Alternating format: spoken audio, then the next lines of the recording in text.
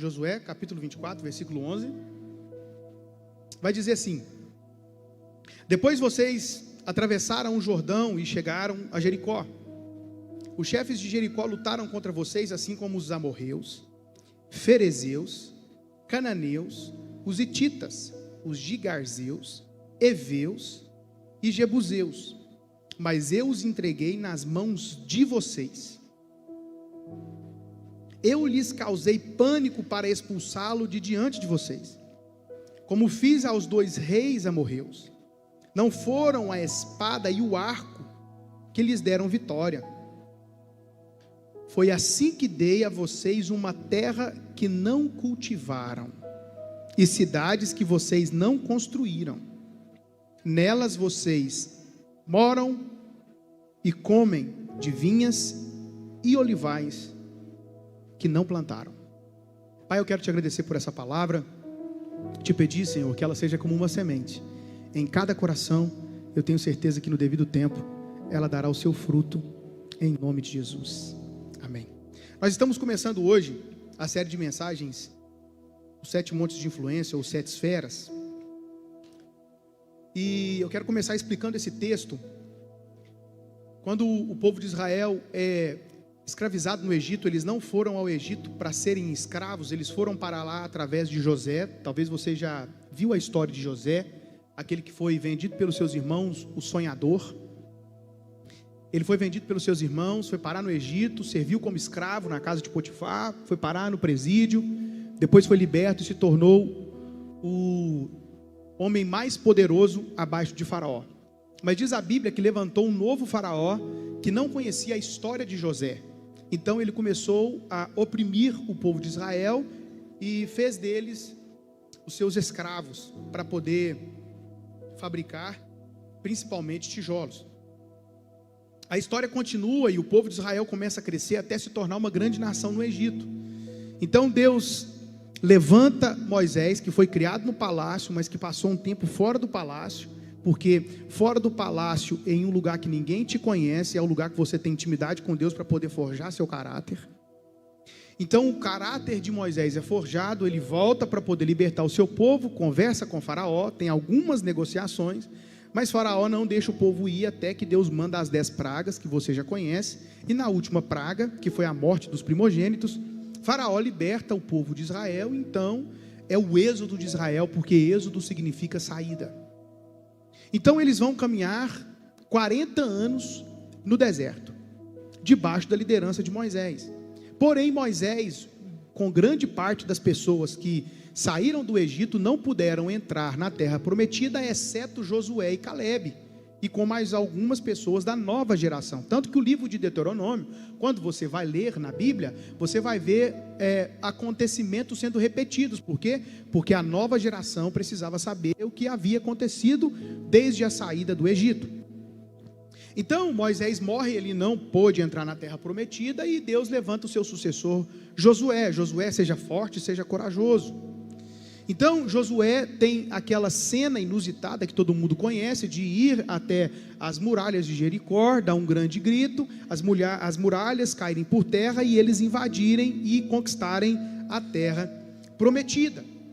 E já era uma promessa de Deus. Agora você precisa entender que Deus disse ao povo de Israel que eles iriam e ia expulsar diante deles os chefes que lutavam contra o povo de Israel, os ferezeus, cananeus, girgazeus, aveus, jebuseus, e entregaria na mão deles. Esses 7 povos, essas 7 nações simbolizam, 7 povos, essas 7 nações simbolizam 7 principados que estão em áreas de influência em toda a sociedade, e é do desejo de Deus, inclusive, que nós como igreja ocupemos esses lugares. Agora, antes da gente continuar essa história, eu queria saber de você, se a Mensageiros hoje deixasse de existir, as pessoas sentiriam a nossa falta? Você acha que Lagoa da Prata sentiria a falta da Mensageiros se ela deixasse de existir hoje? Há 10 anos nós estamos mostrando que o nosso papel não é um papel voltado para dentro das 4 paredes. Pelo contrário, isso aqui é um QG, um centro de treinamento, onde soldados se encontram com a finalidade de receberem instruções para poder sair pela cidade e para poder influenciar nas esferas. Essa é a nossa visão. Se você fechar sua empresa hoje, as pessoas vão sentir falta dela. Se você precisar sair do seu serviço hoje, seu patrão vai sentir falta de você, seus amigos vão sentir falta de você lá. Deixa eu te fazer uma pergunta: se você mudar, seu vizinho vai sentir sua falta ou vai dar graças a Deus? Essa gargalhada foi de quê? Então, nós precisamos de entender que a igreja, ela precisa sair de fato das quatro paredes para poder entrar em cada esfera da sociedade. As 7 montanhas, ou as 7 esferas que nós chamamos, ou 7 domínios, nós chamamos de esferas da sociedade. São elas a mídia, a educação, o governo, a economia, a religião, a família, a arte e entretenimento. Esses dias eu quero conversar com vocês. Hoje nós vamos falar sobre 2 delas.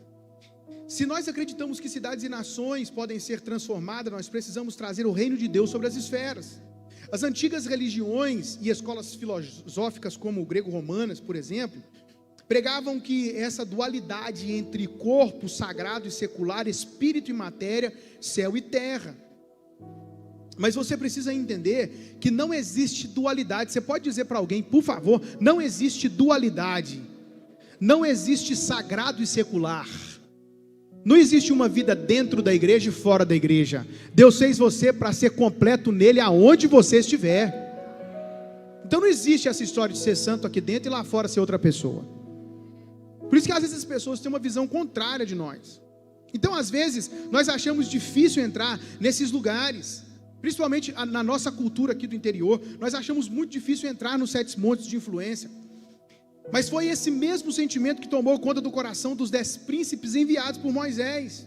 Eles foram enviados, mas voltaram com um relatório de medo, de pânico, dizendo: Moisés, a terra é boa. Realmente, olha só, lá gastam-se 2 homens para poder carregar um cacho de uva. Pensa comigo, gente. Se a terra não era boa, mas lá tem gigantes. Deus está querendo entregar tanta coisa grande para você, mas você está olhando para os gigantes. Você tem que olhar para o tamanho do Deus que você serve, para o Deus que falou para você que vai te dar esse negócio, que falou para você que você vai subir essa montanha. Então Josué conquistou Jericó, mas você precisa entender que eles não ficaram só na reunião de oração. O que eles fizeram primeiro, profeta Michael Douglas? Primeiro eles oraram, vou falar de novo, vamos lá? Primeiro eles oraram, e depois eles fizeram o quê? Conquistaram. Primeiro eles oraram, depois eles conquistaram. Diga comigo: oração. Oração. Não adianta só orar e não ter ação. Não adianta ficar só em reunião de oração. A propósito, Deus não quer que você fique de reunião em reunião de oração. Deus quer que você tenha uma vida de oração. Deus quer que você tenha uma cultura de oração. E na maioria das vezes a oração para você é chata, porque você está conversando com alguém que não responde. Aí a oração fica chata. Você já conversou com alguém que só fala? Quem já? Eu já conversei com pessoas que só falam. É chato. A pessoa briga com você, entendeu? Aí o que você tem que fazer? Igual a tia te ensinou lá na escola. Tem gente que para você conversar, você tem que fazer assim: deixa eu falar? Aí eu te faço uma pergunta: tem graça um diálogo que só uma parte fala? Então por isso que a oração para você não tem graça, é só você que fala. Clama-me e responder-te-ei, e anunciar-te-ei coisas grandes e ocultas que você ainda não conhece. Esse é o seu Deus. O relacionamento de um pai com um filho. Aprenda isso. Então não adianta nós nos reunimos aqui todos os domingos com a finalidade só de nos reunirmos. Não, nós estamos aqui nos reunindo com a finalidade de recebermos instruções para poder entrar nas esferas de influência e mostrar que Deus pode estar lá. Por que tem interesse de Deus de estarmos nas 7 esferas? Porque eu acredito que Deus com certeza sabe da sua capacidade de influenciar, meu irmão. Quando nós temos um cristão na política, quando nós temos um cristão no entretenimento, quando nós temos um cristão na mídia, quando nós temos um cristão no esporte, a coisa acontece. Por quê? Porque o seu coração é doador, o seu coração é generoso, você não faz por ego. Porque a nossa liderança é uma liderança servidora. Existem pessoas que dizem assim: porque as igrejas já não evangelizam mais. Não, você tem que entender que os tempos mudaram. Eu sou de um tempo que a gente evangelizava entregando panfletos. Quem é desse tempo? Evangelismo em massa. Aqui, vou melhorar. Eu sou de um tempo que nós fazíamos culto ao ar livre. Quem é desse tempo do culto ao ar livre? Eu sou. excelentes estratégias que não funcionam mais para esse tempo, meu irmão. Pergunta por quê? Porque o sol já deve ter voltado pelo menos umas 10 vezes mais. Ontem eu estava no casamento que o pessoal não queria ficar no casamento. Aí você tem que entender, mas os cultos evangelísticos antigamente funcionavam demais, as pessoas saíam para a rua. Eu já fiz 2 depois disso, todo mundo ficou dentro de casa.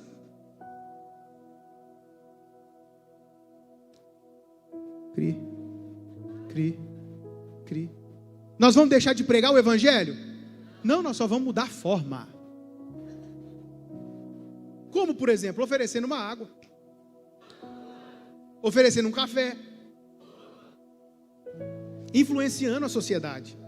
Mateus capítulo 28, versículo 19 vai dizer: portanto, vão e façam discípulos de todas as nações, batizando-os em nome do Pai, do Filho e do Espírito Santo. O mandato que nós temos é de irmos e fazermos discípulos. Meu irmão, pregar não é difícil, sabia disso? Pregar você prega para todo mundo. Fazer discípulo que é um negócio que é mais complicado. Se você não tomar cuidado, você arruma um problema para a pessoa quando você fala de Jesus para ela, sabia disso? Você vai arrumar um problemão. Porque tem gente que vai pregar assim: fulano, vou te contar uma coisa para você, a vida que você está vivendo é errada, tá? Você precisa de Jesus. E só se Jesus entrar na sua vida, que a sua vida vai mudar para melhor. E a vida que você está levando é uma vida errada. Eu te avisei, não vai falar que eu não te avisei. Fechou? Fechou. O que você faz? Vai embora. A pessoa fica lá assim: e agora? Quem poderá me defender? Porque você jogou a palavra, mas você não cuidou. Nós não discipulamos. Fazer discípulos de todas as nações é a orientação. Você sabia que um estudo feito nos Estados Unidos diz que uma igreja consegue fazer com que apenas 3% um dia ocupam o tradicional cargo de ministério? Apenas 3% de uma igreja vai ocupar um cargo ministerial. Nesse caso, de fato viver o propósito de forma profissional, sendo pastores. Mas 100% da igreja pode influenciar uma cidade. Eu estou dizendo isso para você porque o nosso papel não é tentar ficar pregando os 7 montes. Nós precisamos estar lá, mudarmos sistemas, plantarmos a cultura do reino, porque sistemas precisam ser reformados. Então, se apenas 3% de uma igreja podem trabalhar de forma profissional nela. Eu sou de um tempo, querido, que todo mundo que você perguntava assim: o que você vai ser? A pessoa fala assim: você é pastor. E o outro: pastora. Aí tinha uns que falavam: não, você não pode ser pastora, porque não existe pastora. Todo mundo queria ser pastor na igreja. Aí a gente perguntava assim para as pessoas: seu ministério é o quê? Aí um dizia assim: meu ministério é tocar bateria. O outro dizia assim: o que é seu ministério? Meu ministério é tocar guitarra. O seu ministério é o quê? O meu ministério é cantar. O seu ministério é pregar. Teve uma vez que teve um pastor que nós recebemos na nossa igreja, assim, anos atrás. Ele perguntou assim: quem acha que Deus vai te usar para poder ser um pastor de igreja um dia, para poder trabalhar no ministério? Venha aqui que eu quero orar por você. A igreja toda foi na frente. Aí ele falou assim: agora olha para as cadeiras, vocês acham que anjos vão sentar ali? Olha se não é uma estatística verdadeira. Agora eu vou dizer para você do monte da religião, porque o diabo usou uma estratégia muito forte dentro do monte da religião.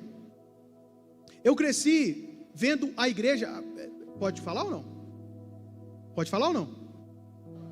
Vou falar não. Fala ou não fala? Não vou falar não. Fala ou não fala? Eu cresci vendo a igreja formar obreiros para dentro.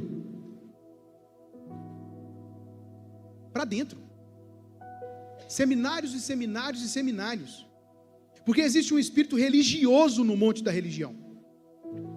Ele se infiltrou e conseguiu implantar uma doutrina nos convencendo, dizendo que fiquem dentro da igreja e não se misturem. Porque você é santo. Você tem que ser separado. Logo, você não pode se misturar. E o problema é que enquanto nós ficamos trancados no monte da religião, outras montanhas estão sendo doutrinadas pelo diabo. Estamos fazendo boas reuniões e a igreja está crescendo para dentro. E o diabo domina do lado de fora. Por quê? Porque a nossa formação de obreiros é para dentro. A nossa escola dominical, o que ela fazia? Criava crentes obesos, biblicamente falando, e exigentes que davam notas no nosso sermão. Não tem nada contra. Você sabe como que foi criado e para que propósito que foi criada a escola bíblica dominical? Com a finalidade de educar as crianças e as pessoas que não tinham a oportunidade de ir para a escola, não sabiam ler e escrever. Então, vamos criar uma escola, por isso que chama Escola Bíblica Dominical, que era feita aos domingos. Então, a gente oferece um lanche, as pessoas que não sabem ler e escrever vêm para a igreja, e nós vamos ensiná-los a ler e escrever a partir da Bíblia. Que bênção! Eu já fiz parte. Maravilhoso esse tempo. Não sou contra estudos bíblicos, mas no nosso caso, se tratando da nossa realidade, estou falando da realidade de ninguém. O problema é que quando você defende a sua tese, você acaba ofendendo quem não concorda com ela. Mas no nosso caso, só fazia com que as pessoas se tornavam obesas, espiritualmente. Sabia da Bíblia de cabo a rabo. Se você falasse alguma coisa errada, ele te corrigia na hora. Mas entrava ano e saía ano, eram as mesmas pessoas que comiam a Bíblia literalmente e não compartilhavam a Bíblia com ninguém. Eram as mesmas pessoas sempre. Não tinha crescimento. Aí a gente chega a um determinado tempo que a gente tem que descobrir o porquê nós fazemos o que nós fazemos. Aí tem gente que fala assim: a igreja de vocês não tem Bíblia. Vem aqui no domingo me ouvir para ver se dá conta de dormir uma noite. Não tem oba-oba não. É muita seriedade, com a finalidade de equipar você. Essa é a finalidade. Mas o que nós éramos? Obesos, espirituais. E aí a gente sentava à noite, no culto de domingo, para dar nota no sermão do pastor. Aqui eu estou pouco me lixando com o que você pensa, com o que eu estou falando. Se for Bíblia, meu irmão, pega, anota e viva. Filtre e retenha o que é bom. Fez sentido para você? Viva. Não fez sentido para você? Ok. Mas se for Bíblia, você precisa viver. Não é preciso procurar muito para encontrar igrejas cheias de pessoas que estão se isolando do mundo, fugindo, evitando filmes populares e música secular. Esse tipo religioso, introspectivo, mantém distância quem bebe cerveja, xinga após um lance horroroso de futebol, fuma, tem uma tatuagem, ouve rap, ou usa jeans rasgado. Julgam as pessoas que votaram de forma diferente, criticam as estrelas do rock, olham com depravação para os cabelos roxos e moicanos, têm medo de bares, concertos de rock e alguns sites de redes sociais. Igrejas, ministérios sem a noção da sua verdadeira vocação se preocupam mais com as ovelhas dentro do aprisco do que com os cabritos fora da igreja. Qual que é a sua palavra? A minha palavra é que você tem que imitar Jesus, que andava com todo mundo, inclusive com os pecadores. Mas o que nós ouvimos? Que nós não podemos nos misturar. Mas se a ordem de Jesus é ir pelo mundo e pregar o evangelho, você está achando que as pessoas vão vir para dentro da igreja com todo mundo aqui dentro e não podendo se misturar? Pastor, mas se a gente se misturar, sabe o que vai acontecer? Nós vamos nos contaminar. Mas o problema é seu de não ser um cristão de verdade, não é meu não. Eu não tenho nada a ver com isso. Se você não tem a capacidade de sentar na mesa de alguém que está tomando uma bebida alcoólica e você se embriagar junto, o problema não é meu, é seu que ainda não é um cristão de verdade. Eu concordo que às vezes o clima do estádio de futebol, às vezes ele se torna muito pesado se o time está na segunda divisão. Mas se você não consegue estar nesse tipo de ambiente, meu irmão, segundo Paulo, você vai ter que ir para o céu. Se você acha que você não está preparado para viver no mundo, você vai ter que fazer uma oração agora e dizer: Senhor, me leva. E o problema disso tudo, sabe o que é? É que nós estamos perdendo tempo. Porque já era para nós estarmos influenciando muito mais. Mas você não consegue andar com um não crente e influenciá-lo. Então o que a gente criou? A gente não se mistura. E de pregar o evangelho a toda criatura não é um pedido, é uma ordenança.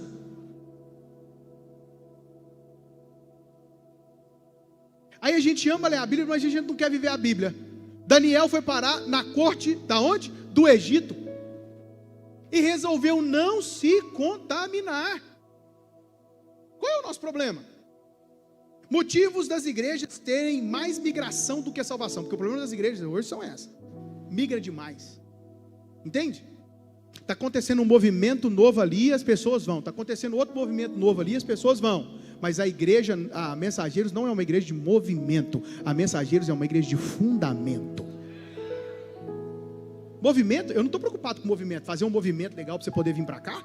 Meu irmão, o mundo A cada dia que passa tem pessoas mais criativas. Amanhã tem um mais criativo do que eu, depois mais criativo do que outro. Você vive de movimento. Quero saber se você quer viver com princípios, valores e fundamento.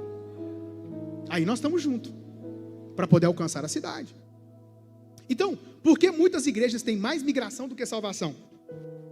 Porque os membros salvos não se relacionam com os perdidos.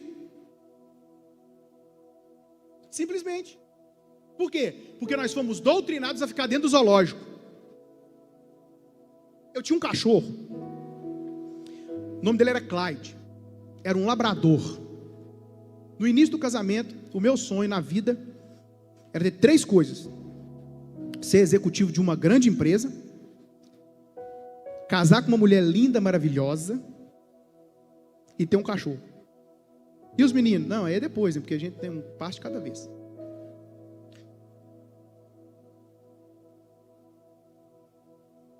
Executivo de uma grande empresa eu não me tornei. Eu me tornei representante, embaixador do reino de uma das maiores igrejas do Brasil.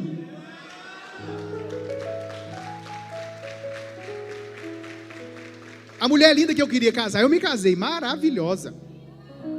Cada dia que passa fica mais linda. E tem chulé.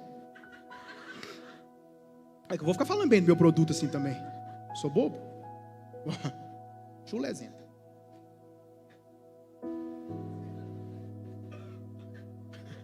Ouça rumores. E qual que era o outro grande sonho? Ter um cachorro, labrador. Eu amava, eu ficava vendo as famílias americanas com labrador. Então eu comprei um labrador pedigree. A história é linda, o cachorro era lá de Belo Horizonte. Eu liguei, quanto que é o cachorro? Há 13 anos atrás, o cachorro era, eles estavam pedindo R$700, era muito dinheiro. Eu falei, não tem condição. Aí me falaram uma coisa, ó, quando o cachorro está crescendo, ele está deixando de ser filhote, é só até os 3 meses. Passou disso aí, eles vão ter que vender barato. E eu fiquei torcendo lá, fiz aquela oração macumbeira. Falei, Senhor, esse cachorro não vai vender, esse cachorro é meu. Aí deu 3 meses e pouquinho. A mulher falou assim, quanto você quer no cachorro? Eu falei, 150 eu pago. Aí ela falou assim, mas 150 não paga gasolina para eu sair de Belo Horizonte e levar. Eu falei, vem ver os parentes. E comprei o cachorro, aí o cachorro foi para casa, aquele negócio todo, só que labrador, querido. Alguém aí tem labrador? Alguém aqui tem labrador? Pode adquirir. Eu amei o labrador, quem não amou foi minha esposa. Quem não gostou foi minha esposa. Esse cachorro foi crescendo, a gente foi, sabe? E ele sabia irritar a Marina. Dizem que é uma das raças mais inteligentes que existem. Então ele abria, ele colocava, a Mariana fechava a janela, ele colocava a patinha, abria a janela. Ele sabia fazer raiva na Marina, ele pegava o tapete, ficava assim com o tapete da casa. Aí a Marina, cachorro, o cachorro, e saía correndo atrás do cachorro, e o cachorro achava com o tapete para a Marina, e voltava com a Marina, eu não estou gostando desse cachorro, não. E ele gostava de brincar com litro, eu também era molecão demais quando eu casei. Ele gostava de brincar com litro descartável de 2, aqueles de 2 litros, sabe aquele pet? Aí o que eu fazia? Eu saía para trabalhar mais cedo que a Marina, e eu pegava um pet, jogava pro cachorro, fechava o portão e dava linha. Aí me ligava, Henrique, eu te mato, esse cachorro me acordou essa balhureira. Eu falei, vai acordar para você fazer seu devocional.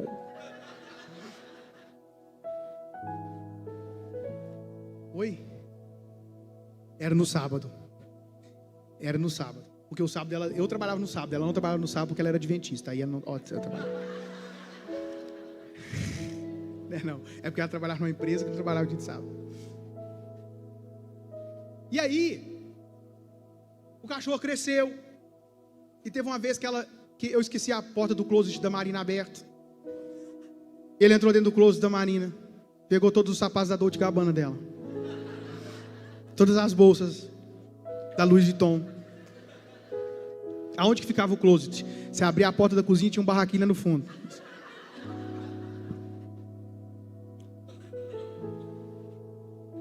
O problema é quando estava chovendo que tinha que ir lá buscar o sapato. Ah, querido, você não sabe o que eu já passei, hein? Você não sabe. Lembra disso, amor? Por isso que quando você estiver morando numa mansão, você não liga para intimidação, não. Nós moramos num barraquinho, eu falei que eu ia te colocar para morar num palácio. E quem vai dar? O Rei dos Reis. E tem para você também, amada? Amém? Você é filho de Deus, você é filho de Deus. Tá, e o que tem a ver o cachorro? Uma vez nós soltamos o cachorro. O cachorro dentro de casa, ele dominava o pedaço, entendeu? Ele abria a janela, Ele fazia graça com a cara da Marina, ele dava patinha, ele rolava no chão. Mas uma vez nós soltamos ele na rua, pastor Bruno, ele quase foi atropelado 3 vezes. Eu procurei ele 3 vezes no bairro, porque ele não sabia sair na rua. Tá, o que tem a ver com a gente? Nós somos assim, crente dentro da igreja, aqui dentro todo mundo domina, sabe falar de Bíblia, chega lá fora se perde.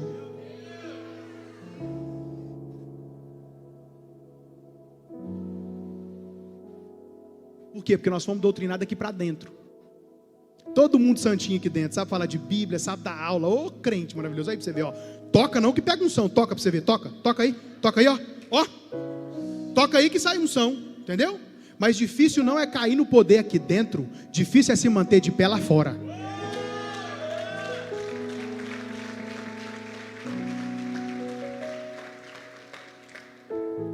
Então você precisa se relacionar com quem não conhece o Deus que você conhece. Pastor, não estou preparado. Se prepare. Por quê? Porque nós somos uma igreja profética, apostólica, uma igreja com a paternidade espiritual muito bem definida, com a cultura da paternidade, pais preparando os filhos para que vocês possam voar. Eu quero treinar você para você conseguir, meu irmão, resolver as crises da sua vida. Porque eu não sou pastor de crise, eu sou pastor de treinamento. Porque não adianta você me ligar falando que tem briga na sua casa, não, vai ligar para a polícia. Eu não sou polícia. Eu sou o seu pastor, que te dá destino. Eu sei que é difícil ouvir isso, mas você deveria achar muito bom, porque eu não quero que você dependa de mim para poder tomar decisões simples na sua vida. Decida você. Eu faço isso ou eu não faço isso? Eu vou para aquele lugar ou eu não vou para aquele lugar? Não sei, lê a Bíblia, olha o que Deus quer sobre você, ao seu respeito.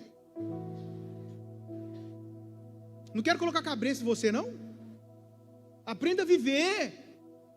Pastor, mas se eu precisar de você, estou aqui para te ajudar. Mas eu quero que você seja treinado a ponto de você conseguir tomar as decisões da sua vida. Isso é maravilhoso, você deveria dar um aplauso a Jesus por isso.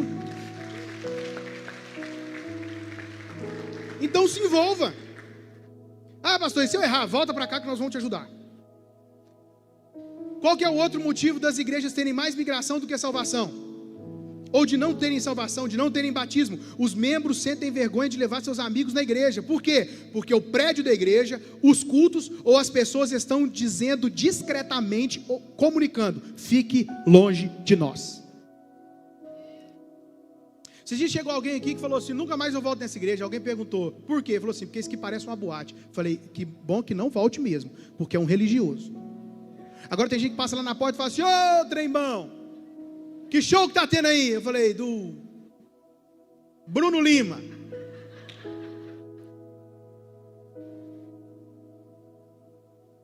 Só para contrariar o capeta. Pode entrar para dentro. Tem gente que chega aqui, ó, que você apaga as luzes, que vê essas luzes, a pessoa, ó.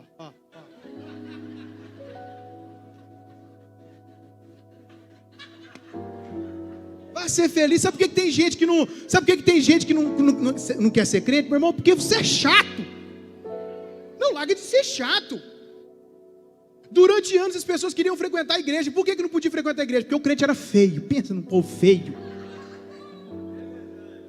Não, vai lá me ver nas minhas fotos para você ver que povo feio, cara. Que povo que era feio. Hoje não, qualquer coisa, você compra branco, compra preto, que você está elegante. Por que você usa branco e preto, pastor? Porque ninguém sabe que eu estou usando a camisa de ontem, anteontem.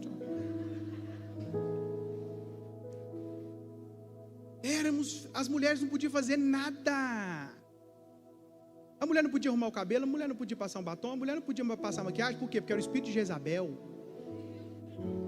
Por quê? Porque Jezabel morreu, caiu de lá e os cachorros lambeu o rosto dela porque ela usava maquiagem.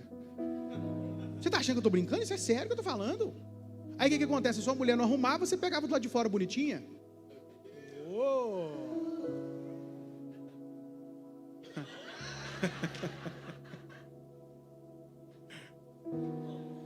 É sério isso? E como que os homens andavam? Feio com força. Você está dando que os homens eram feios.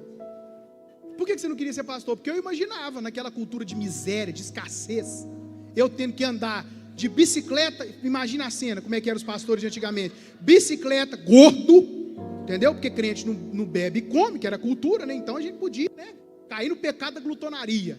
Então a gente comia com força. Aí qual que era a cena? Eu, de bicicleta, pedalando, barrigudo, a gravata voando, a Marina no cano, o Benjamin na garupa e a Mel naquele negocinho assim, bora pra igreja.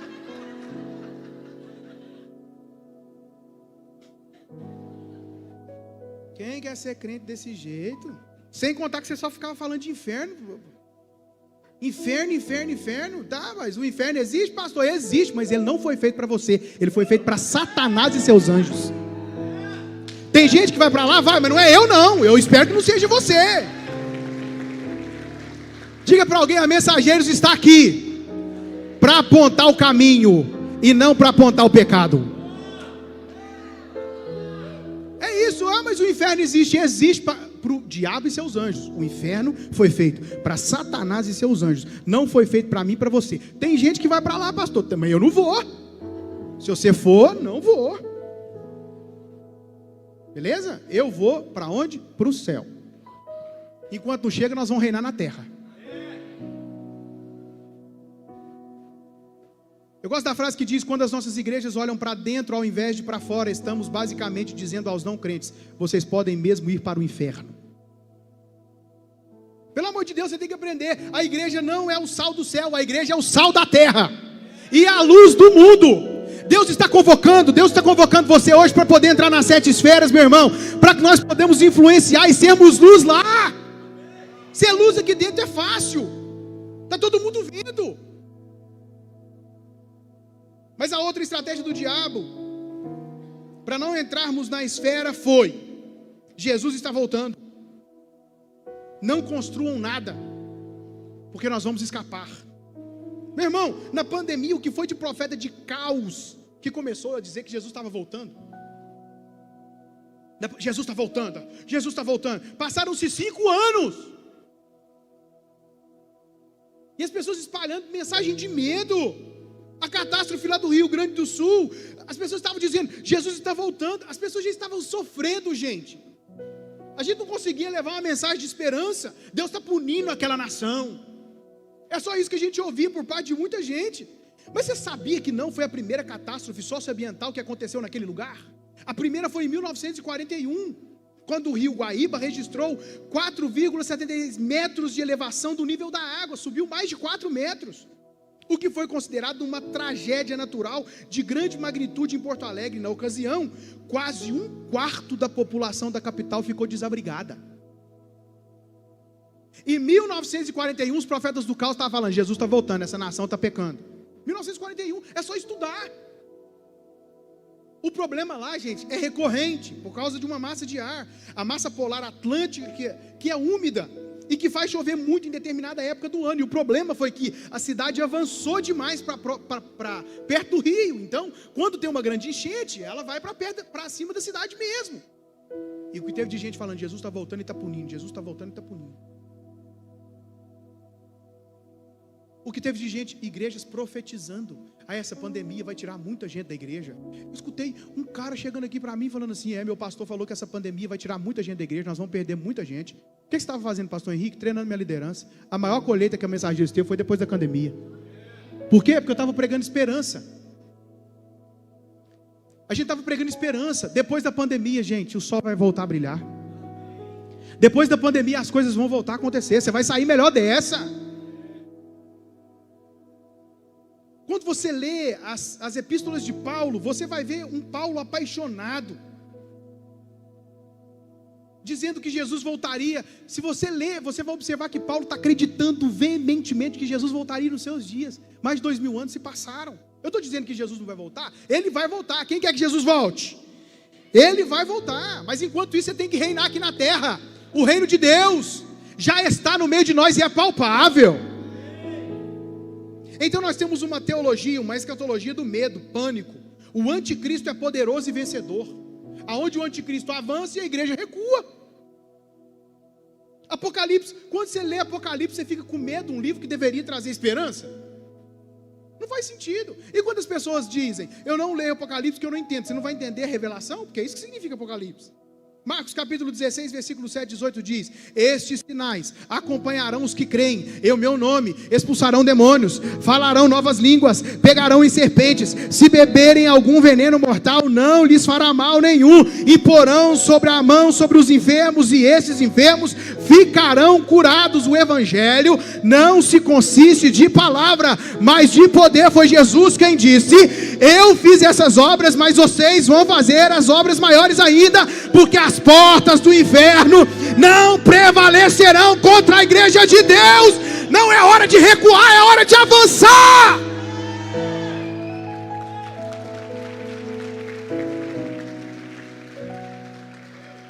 Mas nós não precisamos ir à faculdade, porque Jesus está voltando. Nós não precisamos de ter negócios, porque Jesus está voltando. Nós não precisamos construir grandes templos para quê, se Jesus está voltando? Você imagina se os nossos pais, se os nossos antepassados pensassem dessa forma? O que seria de nós? Mas aí você prefere escutar o pastor lá que diz que você não pode mandar seu filho para a faculdade, né? Enquanto isso os ativistas estão mandando e dominando. E o crente? Não, o crente é habilidoso em falar em língua estranha. Você está doido? Você olha para ele assim, você fala, olha só para você ver, o fogo saindo dele. Mas você faz uma pergunta do Enem e não sabe responder.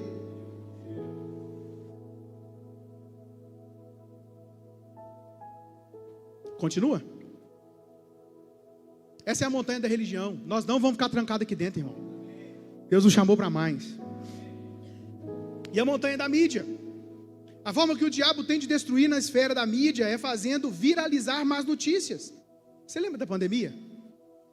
Tinha uma emissora de televisão que estava em decadência. A pandemia ajudou ela a levantar de novo. Por quê? Porque agora está todo mundo trancado dentro de casa, ninguém pode sair, e agora você tem que ficar fazendo o quê? Vendo televisão. E o que eles noticiavam para nós? Medo, pânico e pavor. Comprem álcool em gel. Você sabia que sabão é melhor? Você sabia disso ou não? Que sabão é melhor? Mas o que a gente estava fazendo? Todo mundo desesperado. Fazendo o quê? Comprando um fardo de álcool em gel. E o meu irmão que morra. Notícias violentas, sangrentas, medo, pânico. E com isso vem a desesperança no mundo. O reino de Deus avança com boas novas e o diabo avança com más notícias. Você já percebeu que notícia boa não vende? Só notícia ruim que vende. As más notícias do diabo desencorajam até a igreja. Na montanha da mídia, o diabo faz filmes pornográficos para poder destruir as famílias.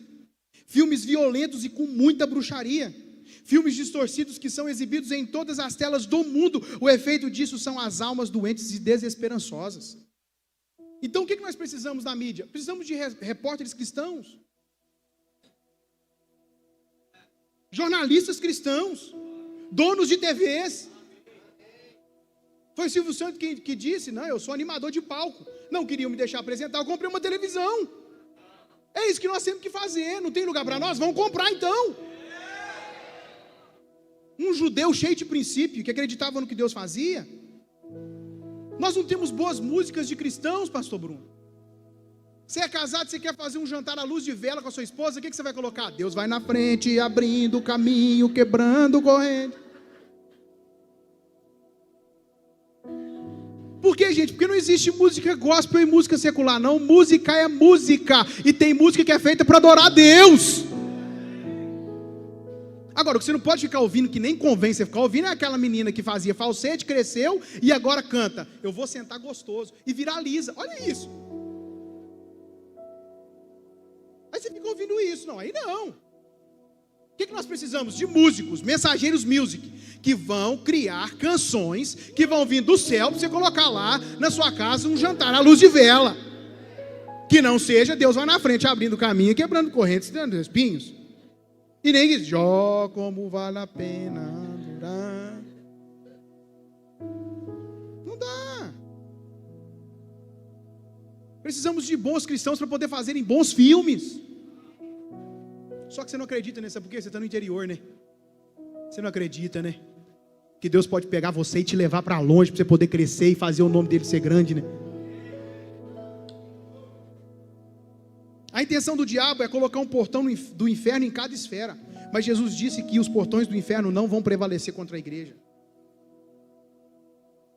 tentativa de desconstrução do mundo ocidental, a todo tempo eles estão dizendo: fiquem na caixinha de vocês. Porque religião e política não se discute.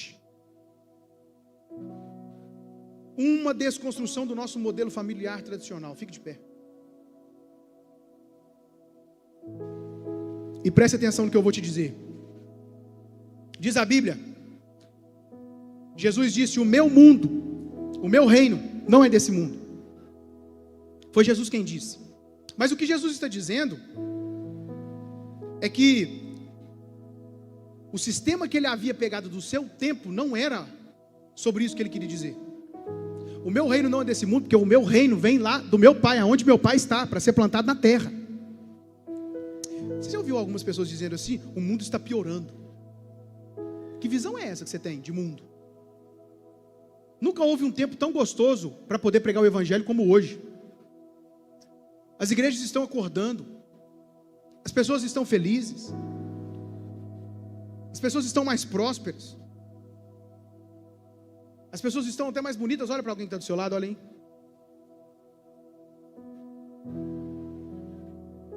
Pastor, mas o mundo já do maligno, ei, vai fazer interpretação de texto. O mundo que a Bíblia está querendo dizer aqui não é o físico, é o cosmo. O sistema já é do maligno, é do diabo, mas o reino de Deus veio para ser implantado. Diga para alguém que está do seu lado: o mundo está melhorando. Pastor, mas você não está vendo hoje tanto homicídio, o filho matando o pai? Meu irmão, isso sempre aconteceu, está lá na Bíblia. O negócio que agora tem rede social para espalhar mais fácil. Você está enganado. Sempre aconteceu. Diga para alguém que está do seu lado: está melhorando. O mundo está melhorando. Diga: o mundo está melhorando. Diga: eu sou um mensageiro de boa notícia. Diga: eu não sou um mensageiro do caos. Eu sou um mensageiro de boas notícias. Diga para alguém agora que está do seu lado com voz de autoridade: você é um mensageiro de boas notícias. Você é um mensageiro de boas notícias. Escute isso. Quando eu era criança, eu não sonhava tanto. Eu comecei a sonhar quando eu era um adolescente. Então, eu fiz uma comparação comigo e Benjamim. Porque Benjamim é sonhador. O Benjamim quer ir para o Japão. O Benjamim quer ir para a Disney. O Benjamim quer ir para o Polo Norte. É o Polo Norte que é frio? Porque eu perguntei para ele, eu falei: filho, por que você quer ir para o Polo Norte? Ele falou assim: porque lá é gelado, pai. O Benjamim não gosta de se cobrir à noite. Ele nasceu no frio. Então ele não gosta. Tanto ele quanto Melanie. Aí esses dias do frio, do inverno, ele dormia tranquilo, começou a fazer calor e falou: seu pai, você não pode ligar aquele arzinho, não? Falei: menino folgado esse Benjamim. Ele disse: seu pai, eu quero ir para a Disney. Aí eu falei assim: de onde esse menino está tirando esses negócios? Por quê, gente? Porque na minha época eu não sabia que era Iguatama. Meu menino com 6 anos quer ir para a Disney. Eu com 6 anos não sabia que era Iguatama. Eu sabia que era Lagoa da Prata, terra da cana. Mas eu não sabia o que era Iguatama. Não sabia. Mas meu filho quer ir para a Disney, Polo Norte, Japão, Orlando. Agora pergunta por que ele quer ir. Não, você tem que fazer a pergunta melhor, porque senão... Pode tirar aqui, filho. Você tem que fazer uma pergunta melhor, porque senão eu não vou responder. Pergunta: por que ele quer ir? Mais forte: por que ele quer ir? Eu te respondo: porque ele viu. Sabe por que ele quer ir? Porque ele viu. E você nunca vai pisar num lugar que você não se viu nele. Por que eu não me via na Disney? Porque ninguém tinha me apresentado a Disney. Por que eu não me via em Orlando? Porque o Orlando que eu conhecia era meu tio. Por que você não queria ir para o Polo Norte? Porque ninguém tinha me apresentado o Polo Norte. Querido, nós não tínhamos televisão na nossa casa. Mas hoje as nossas crianças têm acesso, eles estão conseguindo enxergar, eles estão vendo. Eu quero dizer para você uma coisa: você nunca vai pisar no lugar que você não vê. É por isso que hoje eu quero convidar você aqui à frente, escute, que se vê no monte da religião, sendo um pastor ou uma pastora, porque hoje é uma noite apostólica de envio. E você que sente que Deus tem um chamado para você atuar na mídia, sendo um jornalista, sendo um repórter, sendo um dono de TV, sendo um ator, uma atriz, fazendo teatro. Talvez você nunca ouviu isso na sua vida. Talvez tem gente que já até sonhou, até pensou, mas não teve ninguém que ajudou a sonhar e colocar isso para frente. Se você tem esse sonho, eu quero te convidar aqui na frente, porque hoje nós vamos orar por você, te enviando, e na hora certa vai acontecer.